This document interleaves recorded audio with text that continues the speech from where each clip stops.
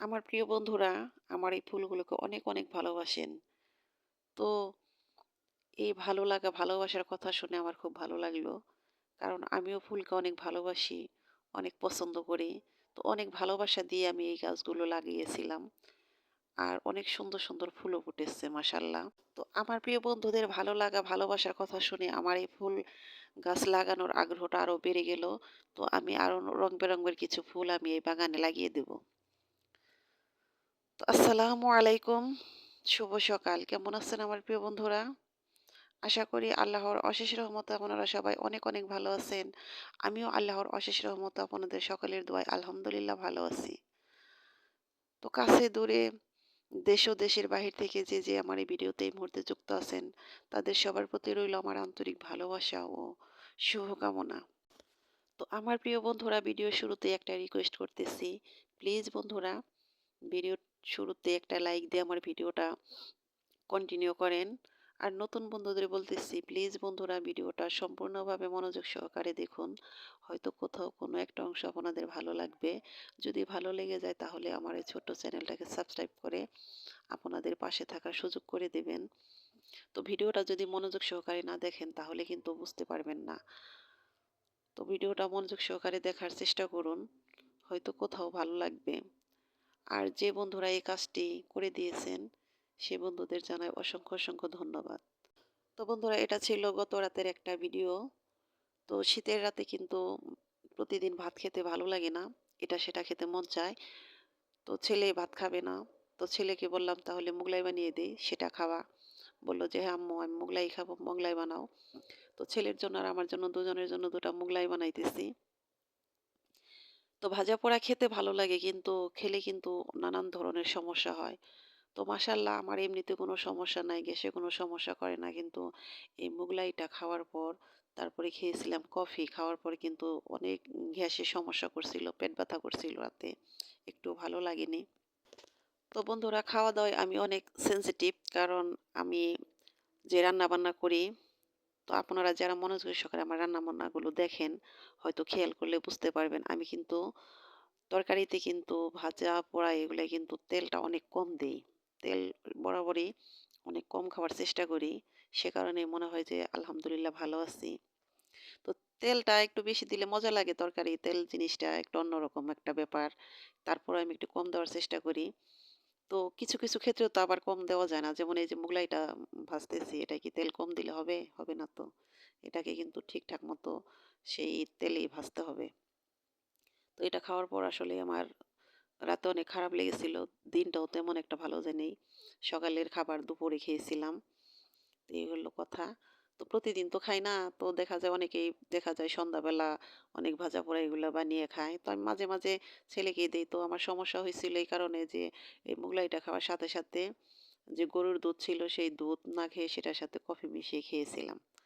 তো সেটা খাওয়ার পর এরকম হয়েছিল। তো আমার ছেলের মাশাআল্লাহ আবার কোনো সমস্যা নেই কিন্তু আমার হয়েছিল। তো রাতের বেলায় গরম, গরম চা, কফি এগুলা খেতে ভালো লাগে। তো আমি সকালে খাই না। দেখা যায় বেশি শীত সে কারণে রাতে মাঝে, মাঝে আরকি এই চা, কফি এগুলা খাই আরকি। তো বন্ধুরা এটা হলো তার পরের দিন সকালবেলা। তো সকালবেলা ঘুম থেকে উঠে শুধু আকাশের দিকে তাকিয়ে থাকি যে বেলা দেখা যায় কিনা, সূর্যি মামার মুখ দেখা যায় কিনা। তো আজকেও সেই একই অবস্থা। অনেক কুয়াশা পড়েছে। তো কুয়াশা পড়লেও দিনে রোদ উঠেছিল আমাদের এখানে।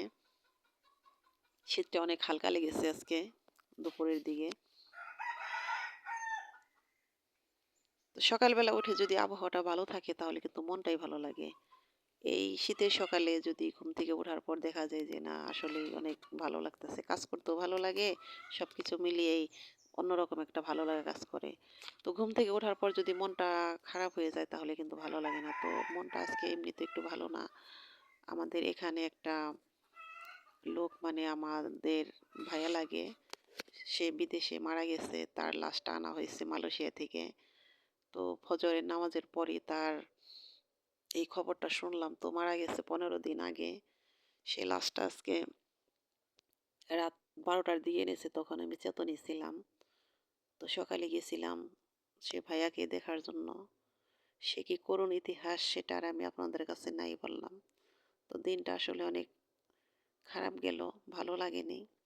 যা কিছুই করি না কেন সারাক্ষণ শুধু একই চিন্তা, একই কল্পনা যে কার কপালে আল্লাহ পাক কি রেখেছেন, কার মরণ কিভাবে, কেউ তা বলতে পারবে না একমাত্র আল্লাহ পাক ছাড়া। তো যার যায়, যার জিনিস যায় সেই জানে যে সে কি হারালো। অন্য কেউ তা সেটা অনুভব করতে পারে না। তো আমরা যারা দুনিয়ার উপরে বেঁচে আছি এখনো, সুস্থভাবে আছি, যদি আমরা অসুস্থ না হই তাহলে কিন্তু বুঝি না যে সুস্থতা আল্লাহর কত বড় একটা নিয়ামত। তো সুস্থতা আসলেই সবার উপরে, সুস্থতা আল্লাহ পাক সবাইকে দান করুক। সুস্থভাবে সবাইকে বাঁচিয়ে রাখুক। এই দোয়াই সবার জন্য করি। তো বন্ধুরা, টাকা পয়সা, ধন সম্পদ, ঐশ্বর্য এগুলাই কিন্তু মানুষকে সুখী করতে পারে না। তো জীবনে চলতে গেলে সবটারই প্রয়োজন কম বেশি। তো তার উপর আমার মনে হয় যে মানসিক শান্তি আর হলো শারীরিক সুস্থতা, এই দুটো জিনিস আমার মনে হয় আমাদের জীবনের সবচেয়ে বেশি প্রয়োজন। সবার আগে এই দুটো জিনিসই বেশি প্রয়োজন, বেশি দরকার।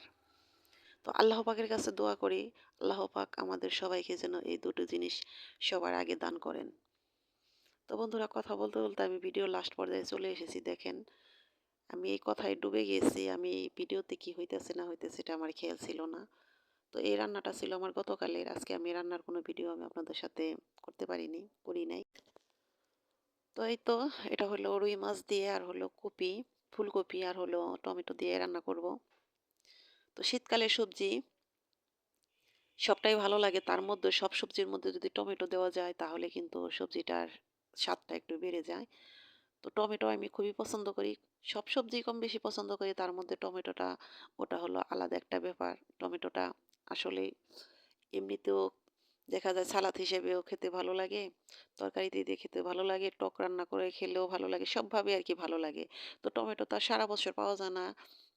কিছু সবজি, শীতকালীন সবজি এগুলা কিন্তু সারা বছর পাওয়া যায় না, আমরা পাই না। তো শহরে অনেক সবজি ১২ মাস পাওয়া যায়।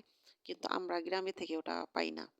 তো ফুলকপি, মাছ, টমেটো, ধনিয়া পাতা দিয়ে তরকারিটা রান্না করেছি। বেশ মজা লেগেছিল। তো রান্নাটা তো ছিল ২ দিন আগের, খেয়েছি। তো বন্ধুরা, আমি ভিডিওর লাস্ট পর্যায়ে চলে এসেছি। তো জানি না কোন কোন বন্ধুরা এখন আমার সাথে আছেন। তো লাইক দিতে যদি ভুলে যান, আবার মনে করিয়ে দিলাম আমার ভিডিওতে একটা লাইক দিয়ে আমার ভিডিওটা কন্টিনিউ করেন। আর অবশ্যই আমার ভিডিওটা ফুল ওয়াচ করার চেষ্টা করবেন। আমি সবসময় আপনাদের ভিডিও ফুল ওয়াচ করে দেই। আর আমি যে ফুল ওয়াচ করি তার প্রমাণও কিন্তু আমি দিয়ে দেই, কারণ আমি প্রত্যেকটা ভিডিওতে প্রায় ২ টা করে কমেন্ট করি। তো বন্ধুরা, আজকের মতো এখানেই বিদায় নিলাম। আল্লাহ হাফেজ। আসসালামু আলাইকুম।